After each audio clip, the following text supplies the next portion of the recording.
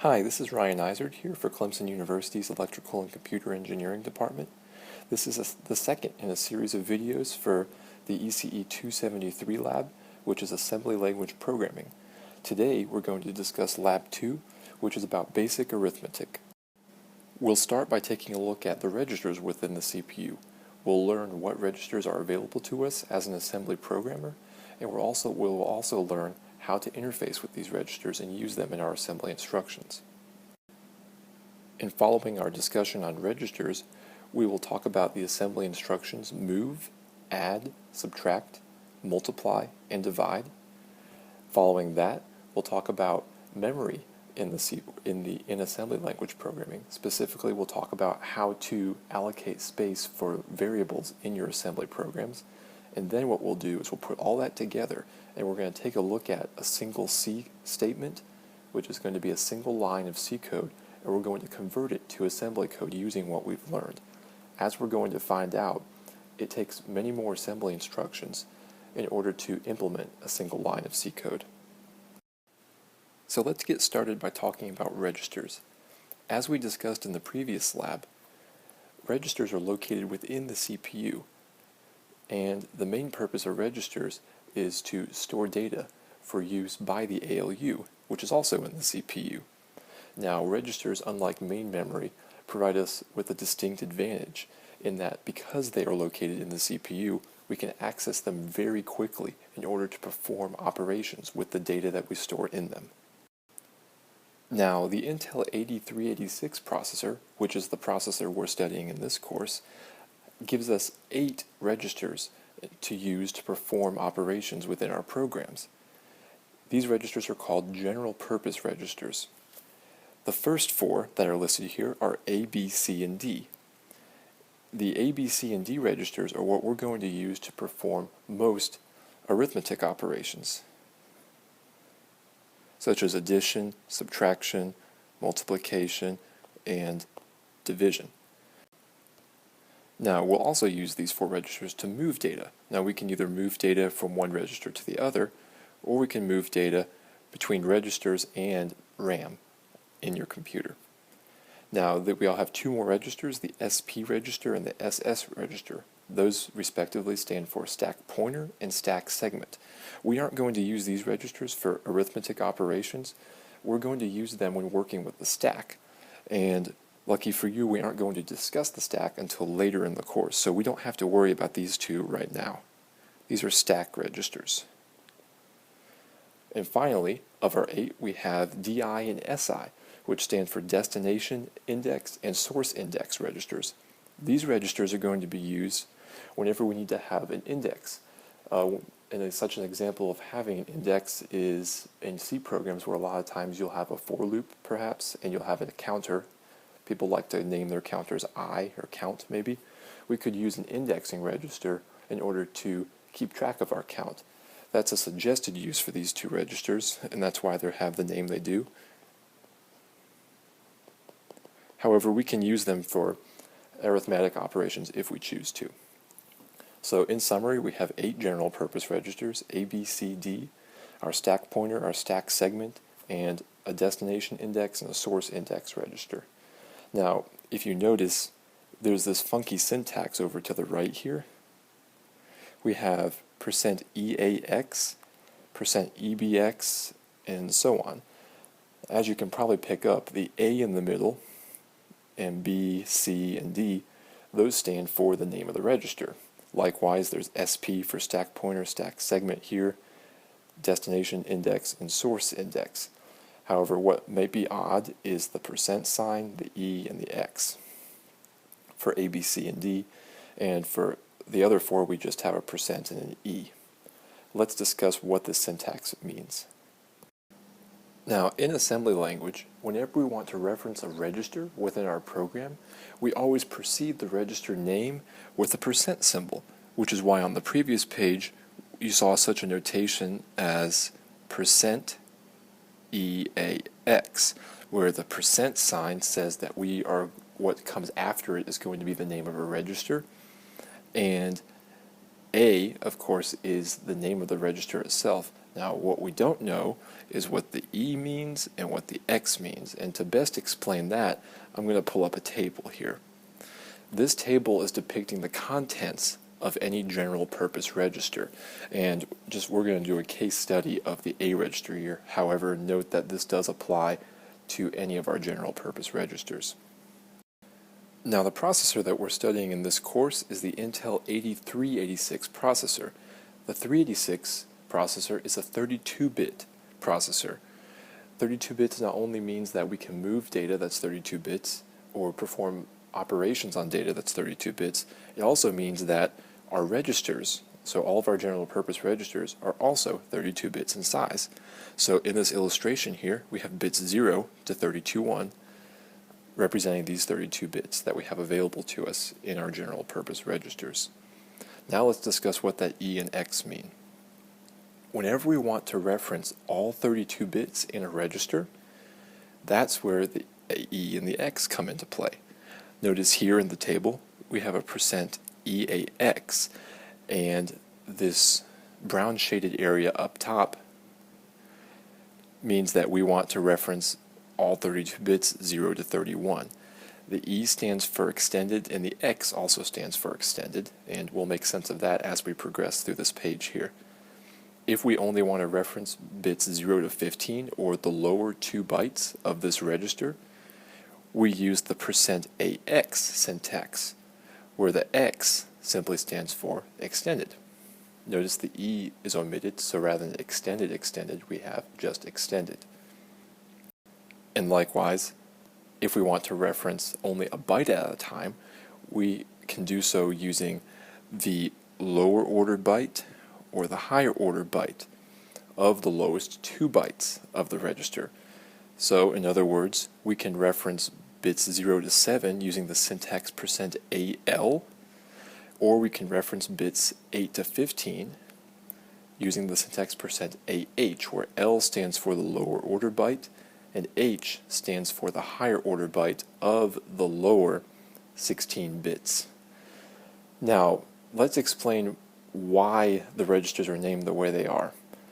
Back in the day when Intel first came out with the x86 line of processors, they only had 8-bit processors. So they had the option to reference bits 0 to 7 only, where all this over here didn't even exist. And they did so simply by doing % and then the name of the register. Now, as this line of processors grew in sophistication, they came out with 16-bit processors, which means they had 3 options for referencing data in the registers. They could either reference the lower byte, the upper byte, or both bytes at the same time. So to reference the lower byte, they came up with the syntax %AL, which stands for lower, or to reference the higher byte of the 16 available bits, they did %AH for the higher order byte. Now, if they wanted to access both bytes simultaneously, in other words, if they wanted to do a 16-bit operation, they could use the %AX or extended syntax, which means rather than referencing 1 byte, we're going to extend it and reference 2 bytes. So that's where the first extended comes from. Now, again, as the processor line continued to grow in sophistication, we arrived at what we're using for this class, which is the Intel 8386, which is a 32-bit processor.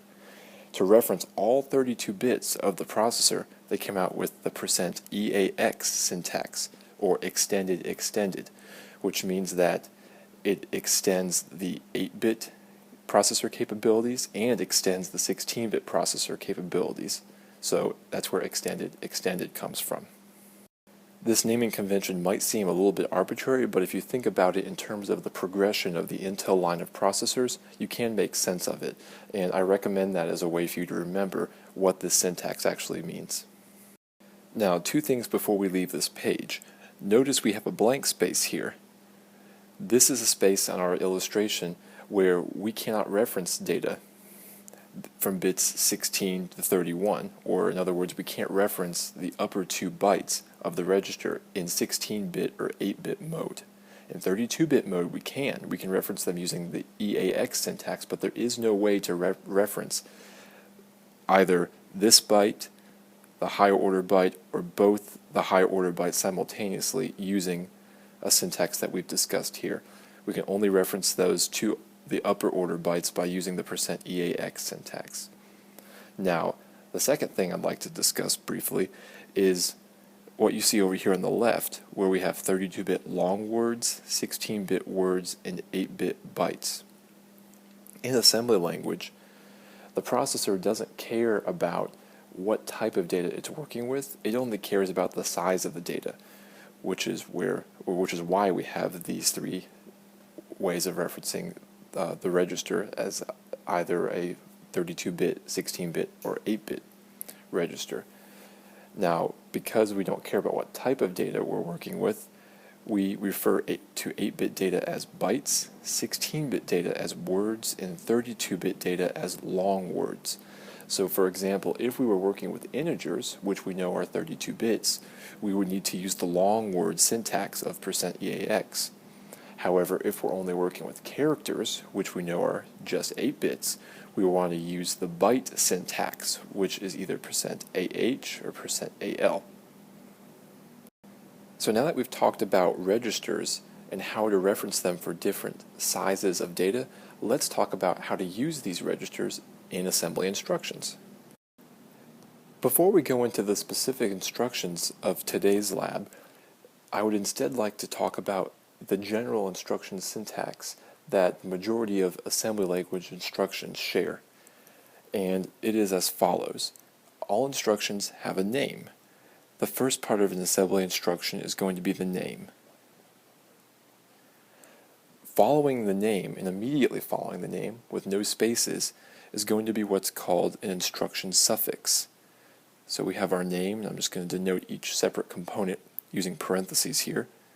Following the name, we have a suffix, and then we have a space, and then any number of arguments. In this case, we just have one argument, or ... signifies more than one. The name of the instruction will, of course, correspond to what we're wanting to do. So, for example, the instruction we're going to discuss after this is going to be the move instruction. So in place of name here, will be move. But the main point of this page here is to talk about the instruction suffix. Now, previously, we talked about how we could work with different sizes of data in assembly language. We can work with 8-bit data, 16-bit data, and 32-bit data. The most common size data that we're going to work with in assembly language is 32-bit data. If you recall from the table that we had on the previous page, 32-bit data was also referred to as long words. That's 32-bit. Whenever we're working with long word data, not only do we have to use the proper register syntax, which for our example was %EAX, where the E and the X stand for extended and then extended again, we also need to use the correct instruction suffix. For long words, the instruction suffix is going to be an L. We also have 16-bit data that we can work with, and that's called a word in assembly language. In order to work with 16-bit size data, not only do we have to, again, use the proper register syntax, but we also need to use a word type instruction. So our instruction suffix needs to be W for word whenever we're working with 16-bit size data. And finally, if you recall, we had 8-bit data, which we called bytes.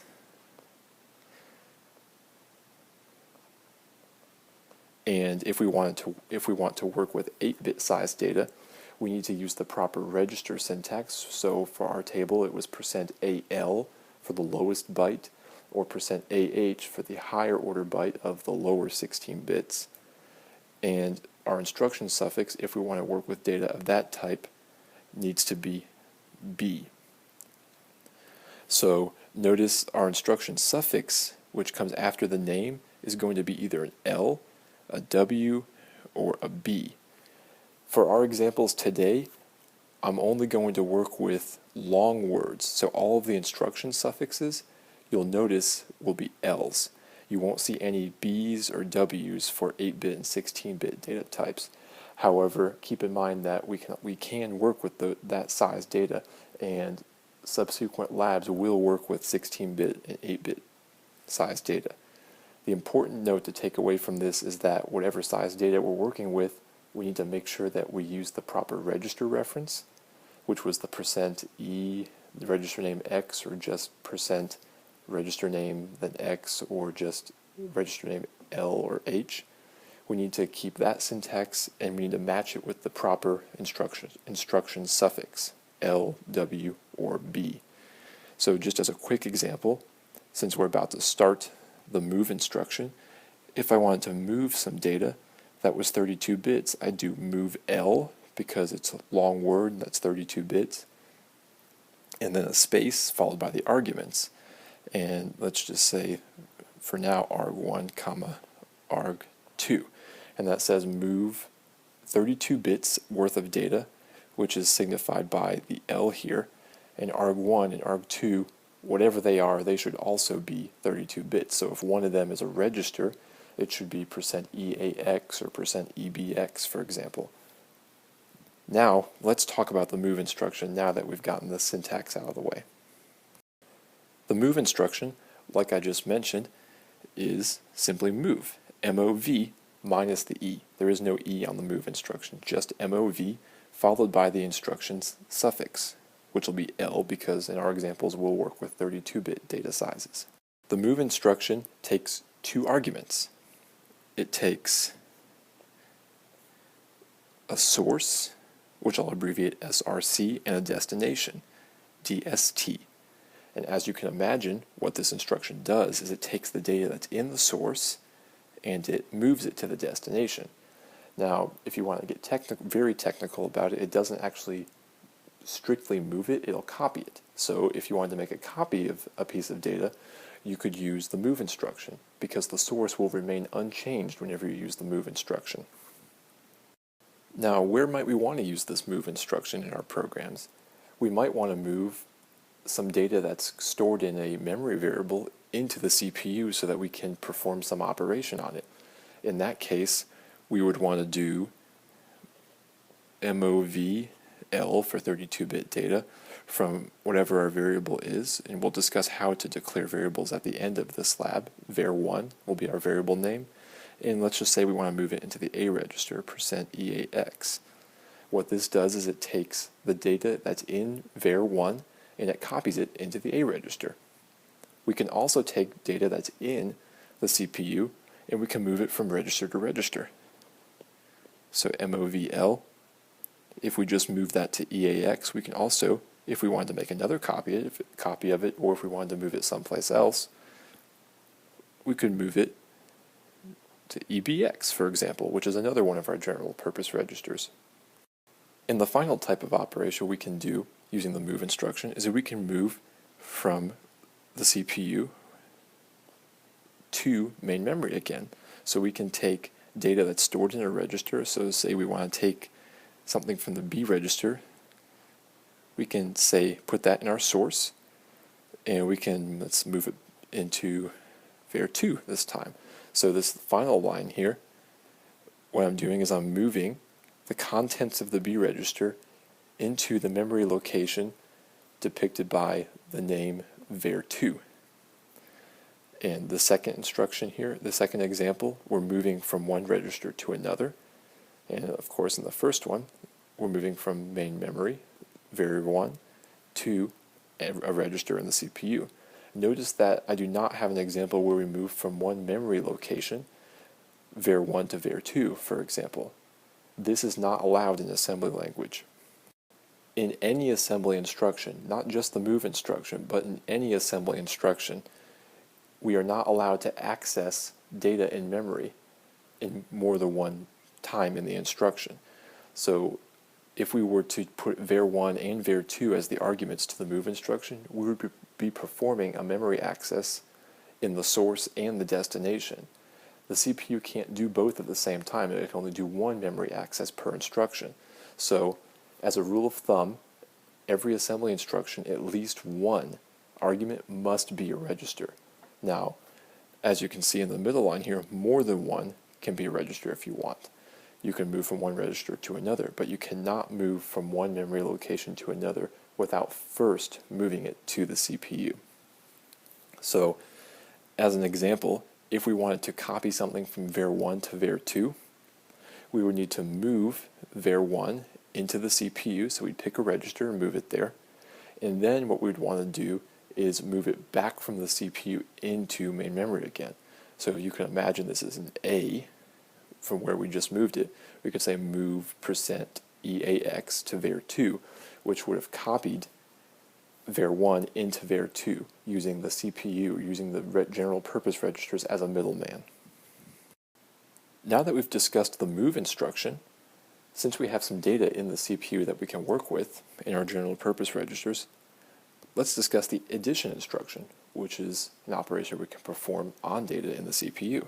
The add instruction, just like move, has a name, which is add, in this case, followed by an instruction suffix. And for all of our examples, like mentioned earlier, we are going to use long words, or 32-bit data types, or data sizes, so we'll have the L as our instruction suffix.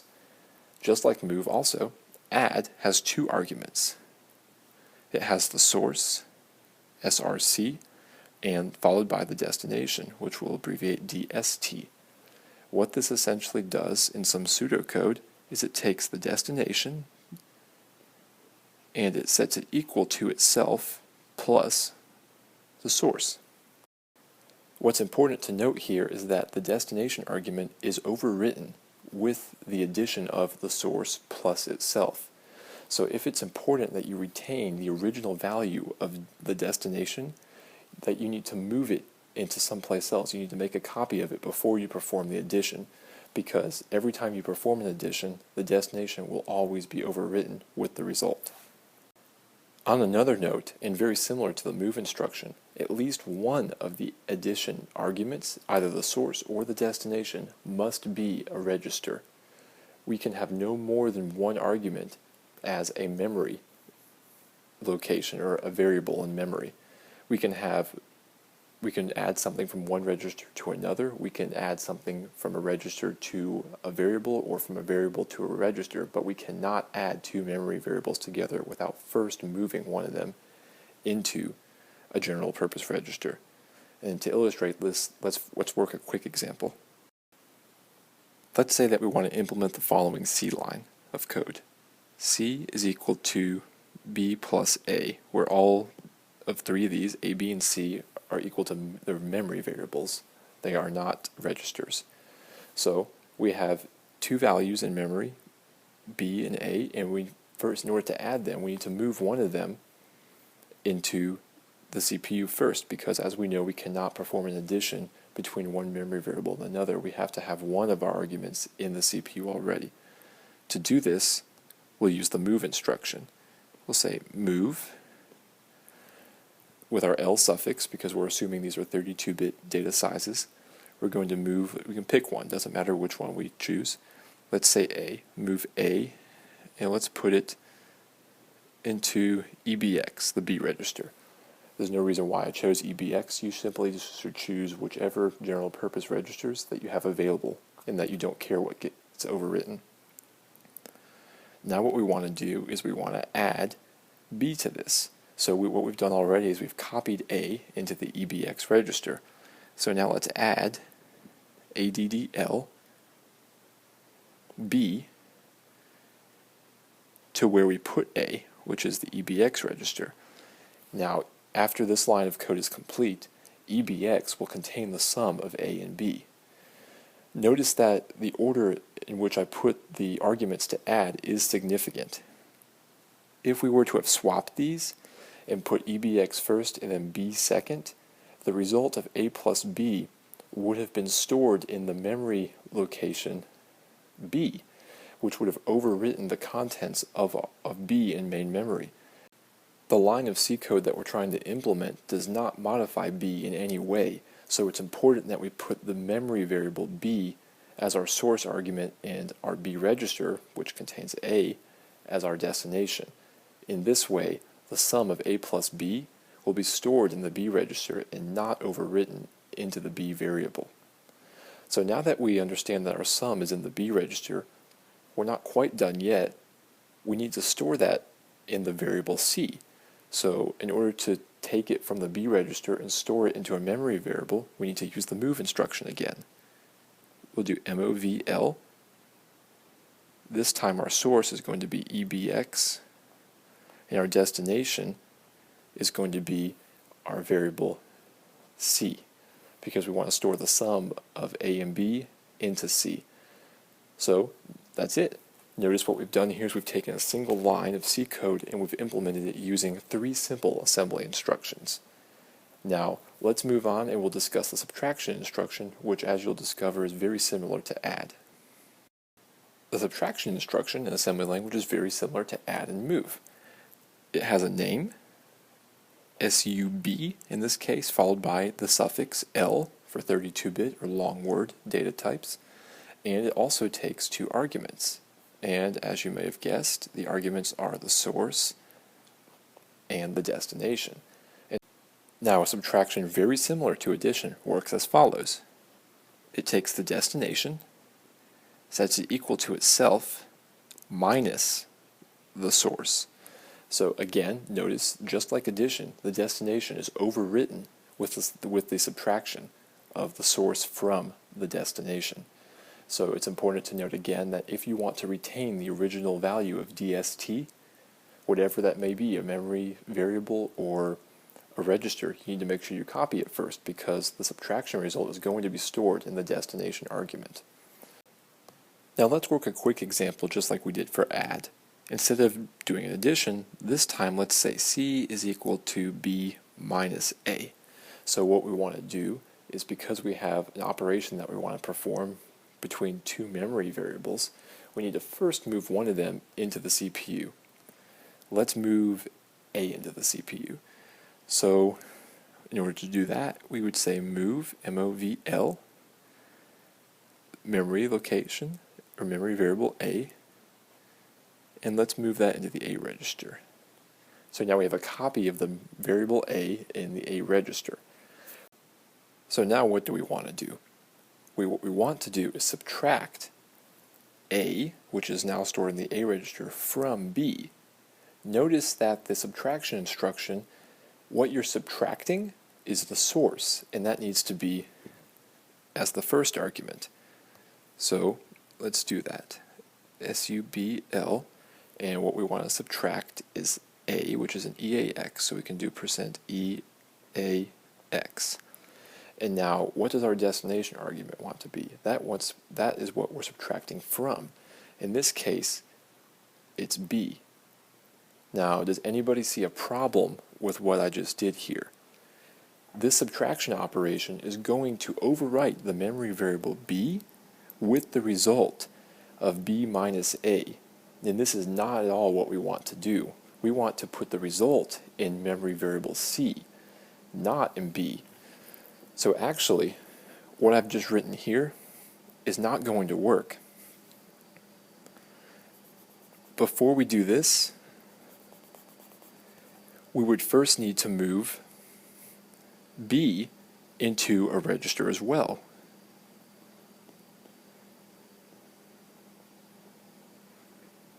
And so here I'm moving B into the EBX register. And now we can perform our subtraction. And our source will be EAX, which is where A is, and our destination, EBX.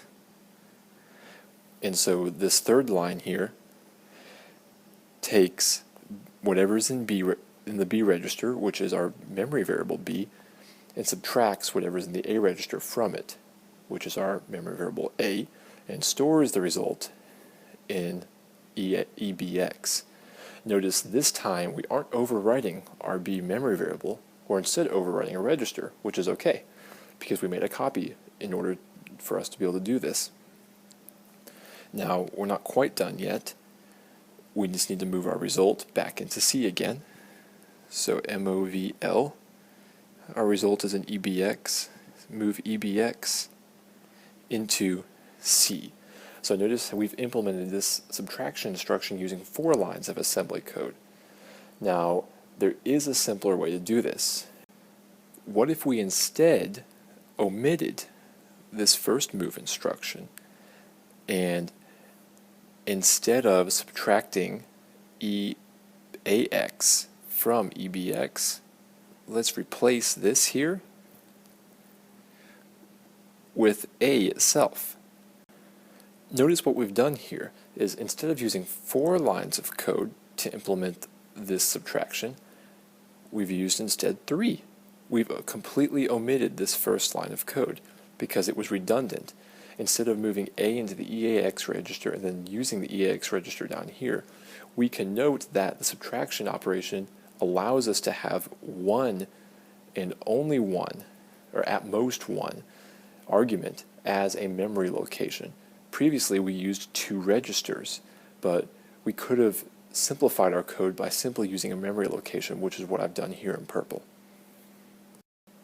Now that we've talked about addition, subtraction, and moving data between memory and the CPU, let's talk about multiplication, which is a little bit different than what we've discussed so far. All the instructions we've discussed thus far have had 2 arguments, the source and the destination, respectively. The multiplication instruction actually just has 1 argument, and I'll show you how it works here. Multiplication is referred to as MUL. That's the assembly instruction for multiplication, followed by, like all of our other instructions, an instruction suffix, which specifies what size data we're working with. In our examples, it's going to be L for 32-bit or long word size data. The single argument it takes is one of the values that we want to multiply, and I'll abbreviate that by ARG for argument. Now, where's the other argument? Multiplication instructions assume that the other value you want to multiply is already located in the A register. So this is actually multiplying whatever you give as an argument by whatever is in the A register. Now, a good question might be, where is the result of this multiplication stored? Multiplication will automatically store the result in the A register. So essentially what's going on here is you're saying %EAX is equal to %EAX for A register times our argument. So we're overwriting the A register with whatever is in the A register multiplied by the argument that you give multiplication. Now let's work a quick example here. Let's say we want to do A times B is equal to C. So we want to multiply 2 variables together, A and B, and set it equal to another variable, C. To do this, we first need to move one of our variables into a general purpose register because, like we mentioned before, all instructions in assembly can have no more than 1 memory reference in the instruction. So let's take one of these. Let's just take A and move it into the A register. MOVL A into the destination, which is the EAX. So we've copied A from its memory location in A to the A register, %EAX. Now we're ready to perform a multiplication. MULL, and multiplication only takes a single argument, and logically what we would do next is, because we want to multiply A and B, and A is already in the A register, we do mul B. And what this is doing here is this will take B times EAX, and it'll set that equal to %EAX. So, by the conclusion of the second line here, we've performed our multiplication. The only thing left to do is take our result, which is automatically stored in the A register, and set it equal to where we want to put it. In this case, we want to store it in memory variable C. So let's do that quick. Move L. Our result is in %EAX, and we want to move that into memory variable C. Now, let's consider the case where we're multiplying 2 32-bit numbers together, which we're doing here by using the L instruction suffix for 32-bit data sizes. What if we multiply two 32-bit numbers together? Hypothetically, what is the largest result that we could obtain? That result would need to be expressed using more than 32 bits, because if you can imagine, if we have the largest possible 32-bit number, which has a 1 in every single bit, if we multiply it by 2, for example, we would overflow into the 33rd bit. So we need more than 32 bits to represent a 32-bit multiplication result. The multiplication instruction allows us to do this by storing any overflow automatically in the D register. If you multiply two numbers together that are relatively small, which will be most of the cases that we'll encounter in this course, you don't really have to worry about this fact. But if we're working with very large data sizes, then we need to consider that part of our result may be in the D register. And to help us visualize this, I'm going to pull up a table. You can find this table also in your lab manual. Here, we show that if you do a 32-bit multiplication given by the L instruction suffix, and this is the argument to our multiplication, some x variable that happens to be 32 bits, then the result, which is our argument, x multiplied by the A register, could be in the A register concatenated with the D register, and that just means that the result half could be in the A register, and the upper most significant bits could also be in the D register. Again, this isn't something we necessarily need to worry about in this course. However, in practice, when you're working with large numbers, you do need to keep in mind that some of your result could overflow into the D register. So likewise, we'll look at 16-bit now with the W instruction suffix. When we multiply a 16-bit number by the A register, the result, the lower half of the result will be in the A register, and the upper half will be in the D register. The only exception to this rule is multiplying 8-bit or 1-byte data sizes with the mul B instruction suffix. So in this case, we multiply an 8-bit value by the A register, and it'll always be AL, %AL for the lower order byte. The result will be contained in AX, and if you recall, AX is 16 bits.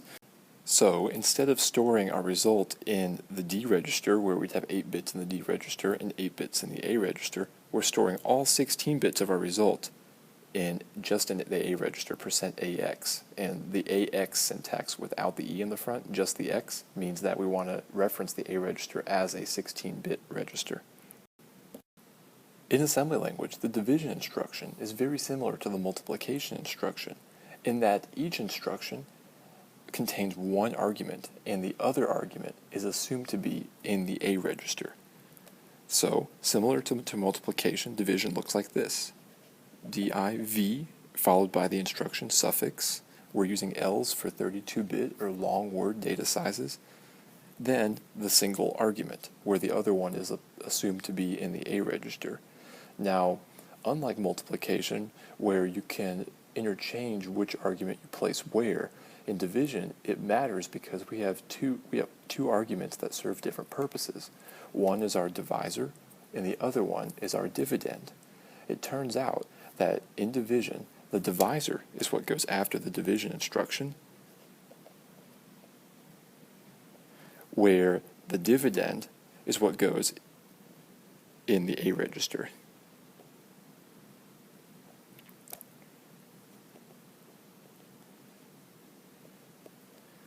So, an example operation like this, A divided by B, would mean that we would need to put A into the A register by moving it there, and we would need to put B as our argument to division. And notice how here we put one argument in the A register, EAX, so one argument is in a register, and I can put divl B here. I can use the variable B because one of our arguments is already in a register. Why does this matter? Well, recall that in assembly language, for any instruction, at least one argument must be in a register because at no time can we perform more than one read or write to main memory at a given time. So In this case, B, we're accessing main memory here. We can't also do that for our dividend. We can do it for our divisor though, because we know our dividend is already going to be in the A register. So now that we know where to place each parameter for our division instruction, the divisor and the dividend, let's talk about where the results get placed. In division, because we're doing integer division here, we have not discussed how to work with floating point numbers or decimal numbers in assembly language. We have two distinct results. We have a quotient and we have a remainder. The division instruction will place our quotient in the A register. So notice our argument in the A register is being overwritten by the quotient. And our remainder will go in the D register, EDX.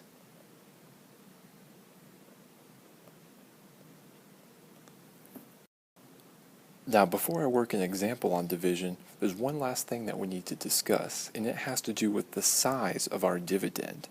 Recall that with assembly language multiplication, the result can sometimes, for 32-bit operations and 16-bit operations, overflow from the A register to the D register if our multiplication result is too large to be contained in 32 bits, for example. We have to have a way to work with these large multiplication results in the division instruction. So, the way the division instruction actually works is we use the D register as part of the dividend. Let's take a look at the last row here where we do a 32-bit division, given by the L instruction suffix. Like we discussed, the argument to our division instruction is the divisor, which appears under the division symbol, and the dividend is in our A register, like we've already discussed. What's new here is that we also use the D register as part of our dividend. Whenever the division is performed, the division instruction will take the values in the A register and the D register and divide it by the argument to division. Now, this inclusion of the D register will occur every time we use the division instruction, regardless of whether or not we're dividing a value larger than 32 bits. What does this mean to us? Well, when we're working with small numbers where we know we're not going to be using the D register, like will be the case for our labs, we need to first move a 0 into the D register before we perform the division. The reason we need to do this is because there could be junk values in the D register, and if we don't first clear them out, that junk will be included as part of the dividend in our operation, and our result will not be accurate. Now, the same is also true for 16-bit and 8-bit division.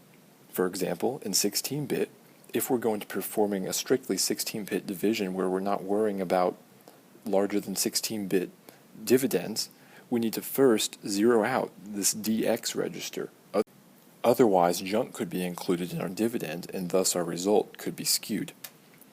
Likewise, for 8-bit divisions, which we won't be doing in this course, however, it's still useful to know, whenever we perform an 8-bit division, we divide a 16-bit dividend by our divisor. If we want to do a strict 8-bit division, we first need to move a 0 into %AH, which, if you recall, are the higher order bits of the lower 2 bytes, which is %AX. That will allow us to perform strictly %AL divided by the argument to our division. So to illustrate all this put together, let's work an example of a 32-bit division. So let's consider a division instruction where we would like to perform A divided by B, where A and B are both variables in main memory, and we want to store the quotient in the memory variable C and the remainder in the memory variable Z. So let's get started. First thing that we need to do is we need to remember that the division instruction only takes one argument. What is that argument? That argument is the divisor. The dividend is assumed to be in the A register. So let's start by moving the dividend to the A register. We'll do that by MOVL A into %EAX. So we've moved the dividend A into %EAX. Let's also add as a condition to this problem that we know that we're working with small data sizes, so we don't need to worry about using the full 64 bits available to us, the A register and the D register, as our dividend. What this means to us is that we need to clear out the D register by moving a 0 to it. MOVL 0 %EDX. And since this is the first time it's come up, this is a good time to talk about constants in assembly language.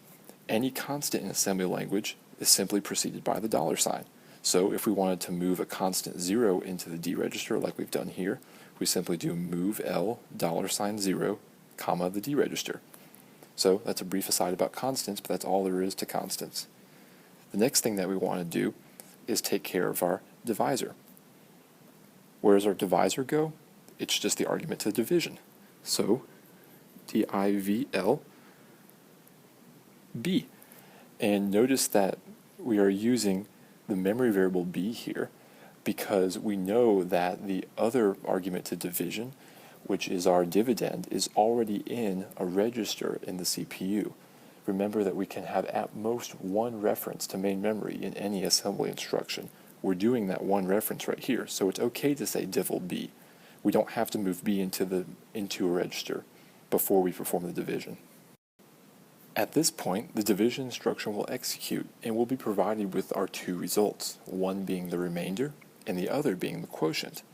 Recall that in division in assembly language, the quotient is stored in the A register and the remainder is stored in the D register. This is all done for us in hardware. The only thing we need to do is retrieve these results. So let's take on the quotient first. To get the quotient, we need to take what's in the A register, which is our result, and move it into the variable C. So let's do that. MOVL %EAX C. So in this one move instruction, we've set our quotient equal to the memory variable C. And why are we using the A register here? The answer is because we know that the division instruction will automatically place the quotient in the A register. So the last thing to do is to take on the remainder. We want to set a remainder equal to the Z variable in main memory. As we mentioned before, the remainder is stored in the D register whenever a division instruction is executed. So we simply need to take the D register and move it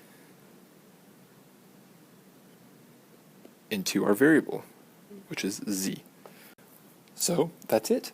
We did a division instruction here where we took a 32-bit dividend, which meant that we had to move a 0 into the higher order bits of our dividend before we performed the instruction.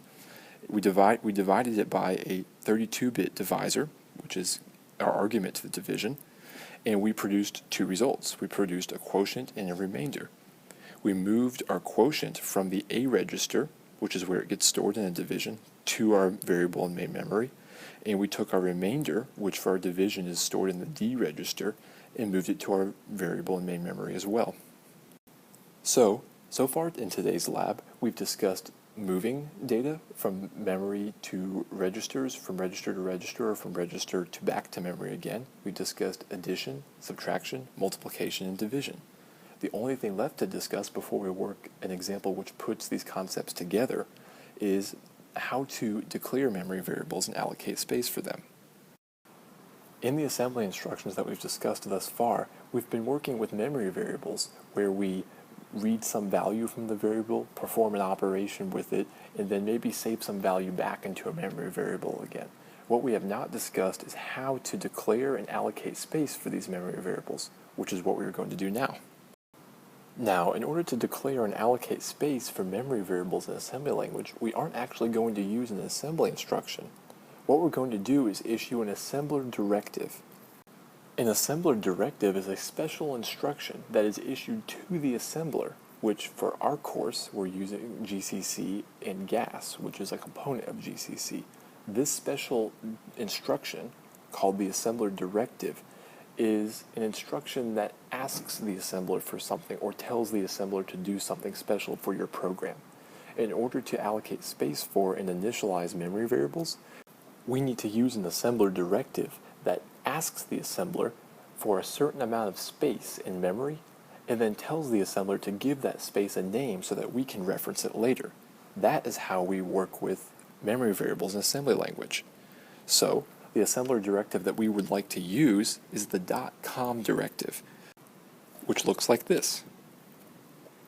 Dot or period COMM. The .com directive takes two arguments and they're comma separated. The first one, comma, the second one. The first argument of the .com directive is the name which we would like to give this space in memory. Let's give it the name A. So we're going to make a variable in memory and call it A. The second argument is the size that we would like to reserve for this memory variable. So for example, if we would like to make A an integer, we would need to put 4 here because we know that integers are 4 bytes. Notice that there is no parameter for .com that specifies what type of data we're working with. Like we've discussed before, assembly language does not care what type of data you're working with. It relies on you as the programmer to understand what type of data you're working with and then manipulate it accordingly. All assembly language cares about is the size of the data. So if A was an integer, then this would be the correct way to declare an integer, which is 4 bytes. Likewise, if we wanted to declare a character in assembly language, we would do .com, the name, let's give it the name B, comma, and then the size of a character, which we know is 1 byte. So this first .com statement declares an integer A, and we know it's an integer because it's 4 bytes. The second assembler directive declares another variable of name B, and B is 1 byte in length, which is the proper size of a character. Now this is great if we don't care about what our variables contain initially, but what if we do need to create a variable and then give it an initial value? In assembly language, the way we do that is by using another assembler directive called a label. A label is a way for you as a programmer to mark a part of your code and give that part a name so that you can refer back to it later. Labels have the syntax of either one or more letters followed by the colon symbol. So if I wanted to make the label X, Y, Z, I would do that by putting a colon after it. The purpose of a label is to allow your program to access what is at that label. In Lab 3, we will use labels to mark locations within our program that we can jump to or loop into repeatedly in order to execute a portion of code more than one time. For the purposes of memory variables, we want to use a label to access some memory where that label is defined. So, if we wanted XYZ to be a variable, then we could initialize that space by using .int and then the value that we want to initialize it to. Let's say 0. What this code does is it creates a variable called XYZ, and then it initializes it to the size of an integer, which is this .int syntax, followed by a 0, which is what we want to initialize this value to. If we wanted to initialize an integer to 10, we would put a 10 there instead of a 0. In a similar manner, if we wanted to initialize a character to a certain value, we should give our variable defining a character a name. So let's call this variable A, B, C, D, colon, which ends our label, and after the label, we want to specify the size of our character followed by the value we initialize it to. We know that a character is 1 byte in length, so available to us is the .byte assembler directive, which is period followed by the word byte, which says reserve some space of size byte, which is 1 byte, and then following this, we want to give the value we would like to initialize our variable ABCD to. In this case, let's initialize it to P. So what we've done here is we've created a character ABCD. We've set it to character because we're declaring it to be 1 byte in length, and we're giving it an initial value of p. In this course, we are predominantly going to use the .com syntax, where we simply declare a variable of size whatever our second argument is, and we don't give it an initial value. However, note that you can use labels combined with other assembler directives in order to initialize variables to certain values. Now, let's put it all together by working a simple example. What we're going to do here is we're going to declare 5 integers, a, b, c, d, and e. We're going to do something. We don't necessarily need to know what we're doing, but let's assume that a, b, c, d, and e all have some value in them, and then we want to perform this operation. We want to set a equal to the sum of b plus c minus the sum of d plus e, all of that divided by 10. Well, the first thing we need to do is we know that we need to declare some variables. We need to declare a, b, c, d, and e, and we don't necessarily need to initialize them to any set values because, as we know, something happens in between here. We don't know what it is, but a, b, c, d, and e have the values that we want to perform this operation with. So let's declare them using the .com directive. .com,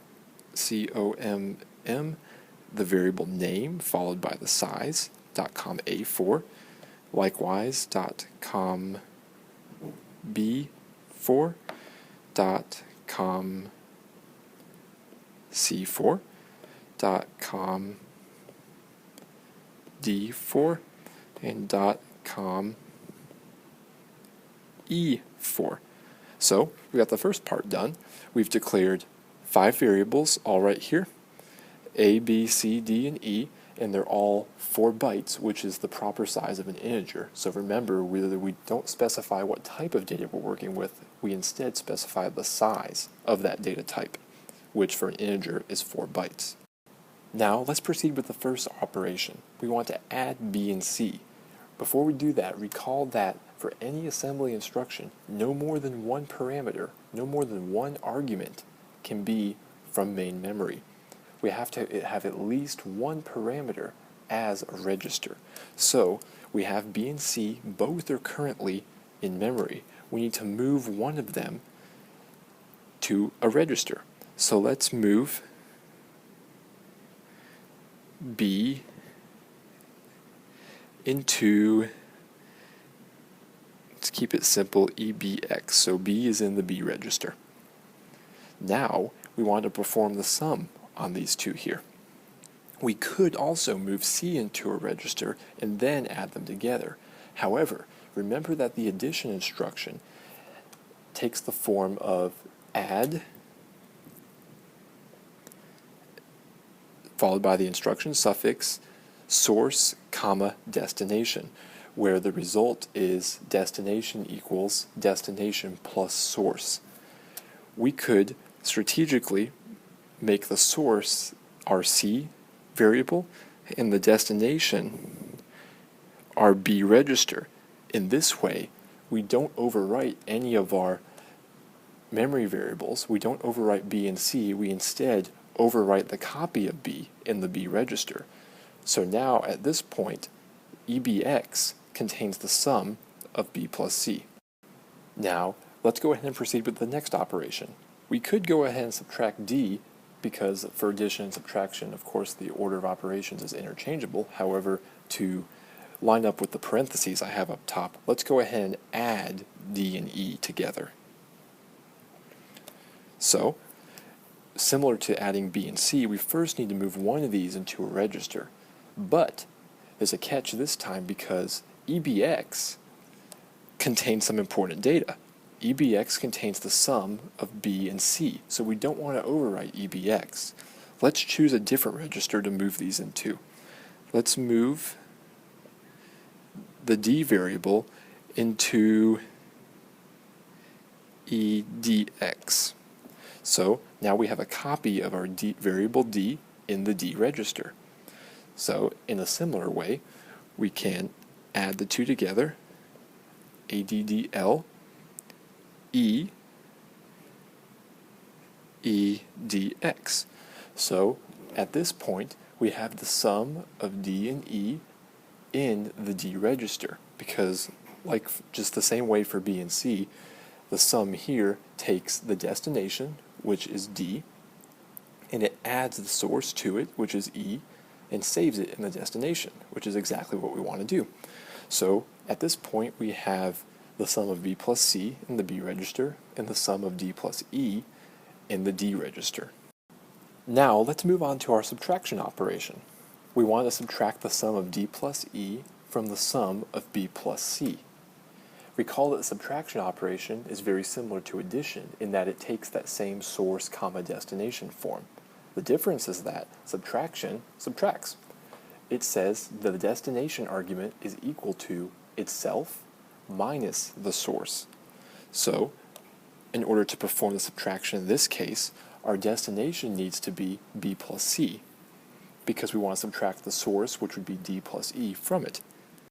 So let's perform the subtraction. Subtraction in assembly language is SUBL, followed by the source, comma, the destination. Destination needs to be B plus C in this case, which, if you recall, is in the EBX register from our previous operation. EBX as our destination, and our source, recall that we summed D plus E and stored that in the D register right above there. So our source is simply EDX, %EDX. So our subtraction operation as a whole is EBX minus EDX, and the result is stored back in EBX again. So what do we have left to do? We've added B plus C, D plus E, subtracted the two, and now we need to divide all of that by 10. Recall that in assembly language division, whenever we're doing a 32-bit division, we divide a 64-bit dividend by a 32-bit divisor. The 64-bit dividend is stored in the EDX register and the EAX register, where the least significant bits are in the EAX register and the most significant bits are in the EDX register. Recall that we don't always need to use the EDX register when performing a 32-bit division. We only need to use that if we have a number that is too large to represent in the A register alone. So, in this case, let's assume that we have a number that we can represent adequately simply using the EAX register. In order to perform this division, we need to first clear out our D register so that we don't introduce junk into the calculation. We do that by moving a 0, which, remember, constants are denoted by a $sign followed by the number, comma, into the higher order dividend register, which is EDX. So we've cleared out our D register so that we know there's no erroneous ones floating around in there that could screw our result up. Note that when we cleared the D register for the upcoming division, we overwrote the result of D plus E, which we stored in the D register. But this is okay because the operation we want to perform uses the sum of D plus E as an intermediate value in the subtraction that we performed. So after we've performed the subtraction, we've used what we needed in the D register, so now we're free to overwrite it. So our code is good so far. Let's proceed with the division. Recall that division takes a single argument, so it's divl and then the single argument, and the other one is assumed to be in the A register already. What is supposed to be in the A register? For division, it's supposed to be the dividend. So in our case, the dividend of the division is what's on the numerator, and that is this sum and subtraction combination that we've already performed. That is currently stored in EBX. So we need to perform a register-to-register move from EBX to EAX, where the dividend goes. MOVL EBX, comma, EAX. And so now notice at this point we have our dividend inserted correctly. We have the value we want to divide in the A register, and we have cleared out the upper 32 bits of the dividend by moving a 0 into the D register. Now we are ready to perform the division. We want to divl, divide by the divisor, which in this case is a constant 10. And remember that constants are represented by a $sign followed by the value of the constant. So that's it. We've correctly performed a division. Now we need to retrieve the results from our division. Now the question is, what result do we want to retrieve? We want to set A equal to the quotient of this division. Recall that in assembly language, the quotient is automatically stored in the A register following the division, and the remainder is automatically stored in the D register. We want the quotient, as we've already stated, so let's move the A register, %EAX, to the variable we want to store it in, which is the variable A in main memory. Now, had we wanted to store the remainder as the result into A, in C, we would have used the modulus operator, which appears as the %sign, which I've just drawn there. And in assembly, we would have, instead of wanting to move the A register into A, which is the quotient, we would have wanted to move the D register, EDX, into A, which is where the remainder gets stored after a division. So that pretty much sums up this example. As you can see, it takes a significantly greater number of assembly instructions in order to implement this single line of C code, or 2 lines of C code, I should say. These assembly instructions are very, very simple and specific, such as move from one place to another, add one thing to another and store the result there, subtract, divide, and there's also multiply that we've discussed. These assembly instructions are very simple and specific. In order to truly understand what's going on in C, you need to understand what's happening in assembly, because assembly language tells you what's happening in the hardware. When writing programs in assembly, especially when you're first starting off, it's not advisable to plunge directly into the assembly code. Instead, in order to get a greater understanding of what's going on, write out what you want to perform in a higher level language like C, for example, or maybe just in pseudocode. Then, think about what you have to do in order to implement that more complex statement. In this example, we figured out that in order to do this, we needed to first add here, subtract here, and then perform the division, and then finally set the result. Breaking it down into steps like that is the key to understanding, and then later learning how to write your own assembly code.